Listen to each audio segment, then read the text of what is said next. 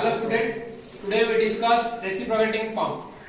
So going through the pump, already previous video we can discuss centrifugal pumps. The pumps are basically two classified, that is a reciprocating pump and the other one is a centrifugal pump.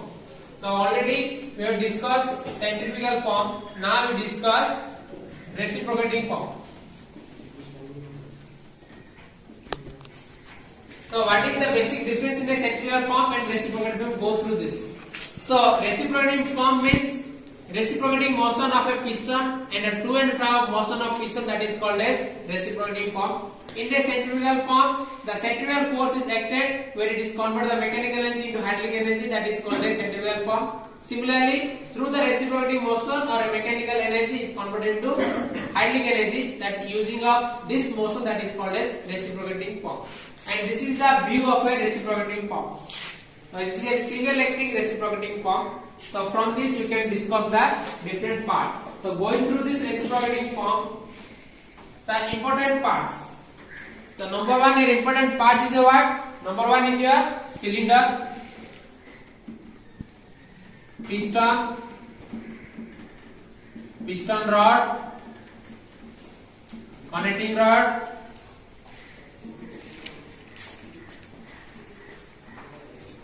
and crank.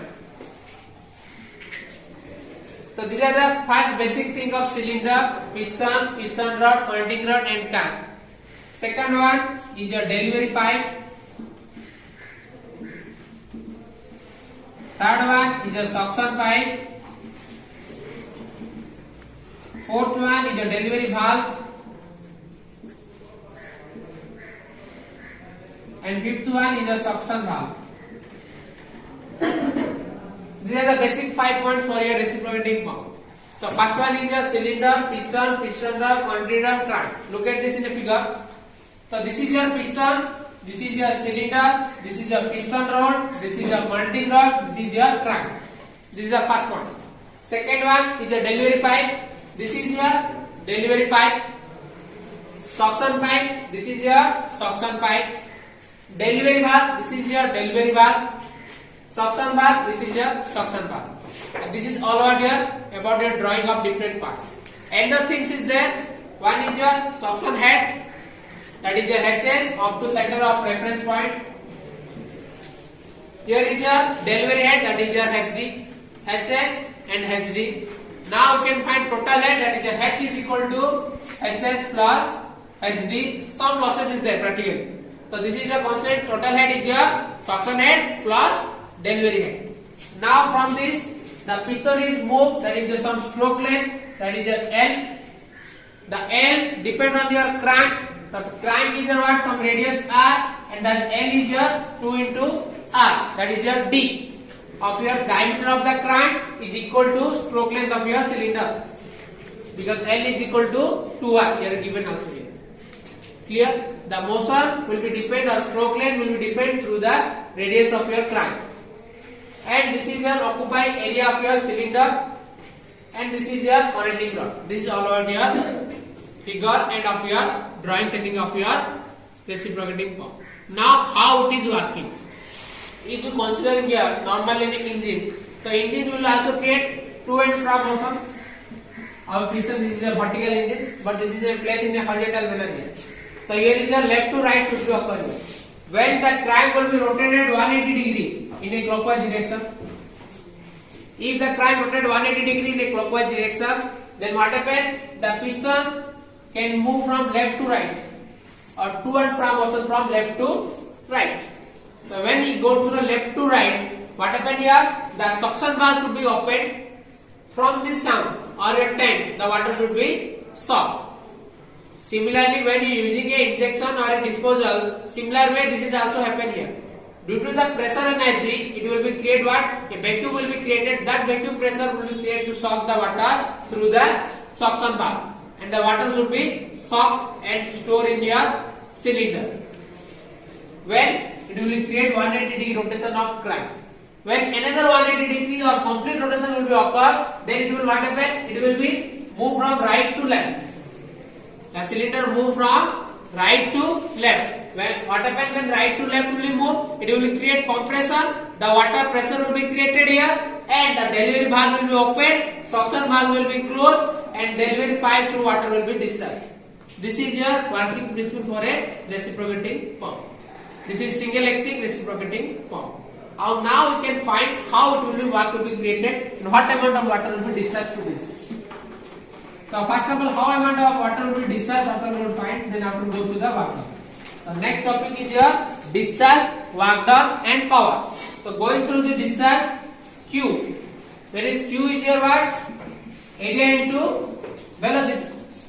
Q is equal to discharge is equal to area into velocity. But here we are considering not velocity here, we are considering pressure energy and a crank revolution. So using this relation we can find. So first of all, considering area means what? Cylinder area, that is depend on pi by 4 d square.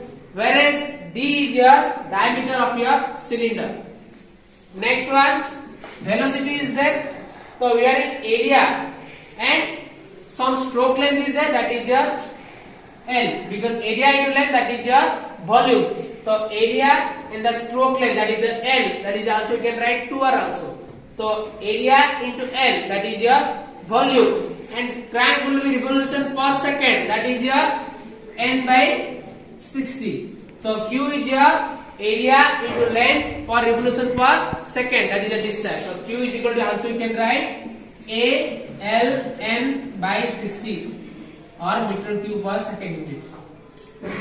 So this is the discharge of your water through the reciprocating pump. So Q is equal to A L N by 60, whereas A is your cylinder area, L is your stroke length, that is also 2R, and N is your revolution by 60 per second. So N by 60 per second.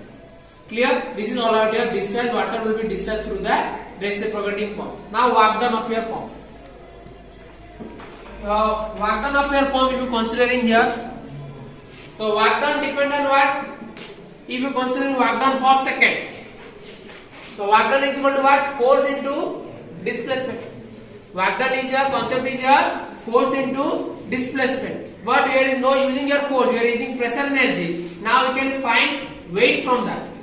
You will find the weight of water discharged, then you can find easily the work done. So first of all, we find what? Weight of the water. How much the weight of water will be discharged or delivered? So weight of water should be delivered. So weight is your what? W. Weight is equal to what? Rho G Q. Whereas rho for density, G for Cartesian, Q is your discharge of water. The weight of water discharge is rho G Q. Whereas you can write rho G Q is your A L N by 60. This is your weight of water. Clear? Now using of weight of water relation with work done. The weight unit is also Newton, force unit is also Newton. So you can write work done per second, considering place you can write weight into displacement. Now you can use work done per second is equal to weight into total height should be received, means from sum to height, sum delivery height. From sum to delivery height, total height should be your total height. So we can write W into H. This is your total height, that is depend on what? W into suction head plus delivery head. The total head is your H. So weight into height or head, that is your displacement. I can also consider this a displacement, and this is your work done.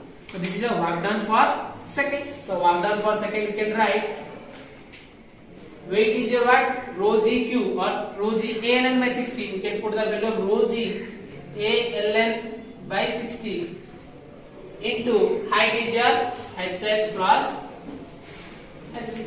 So work done per second is your rho G A L N by 60 HS plus HS. Now finding discharge. Now we find weight, work done. Now we require what? Power. How much of power should be required to drive the motor? Now erasing all the things. So power is equal to what? Work done by time. If you considering power is your work done by time. So work done by time or work done by second. This is the work done by second. So you also consider the power. So you can write here rho G A L N HS plus HD by 60, power will be converted into kilowatt. You can multiply with 1000, then you can write this is your kilowatt. So power is your rho g a ln 60 by rho g a ln hs plus hg by 60 into 1000. This is all of your power required to drive the motor and to deliver the height of your water. So this is all about the reciprocating pump work done, power, discharge head, and your weight of your water should be discharged. So this is already a figure of your reciprocating pump, how it will work, and this is all about the expansion, how work done and efficiency will be obtained. So this is all about this video. Next video we can discuss different things.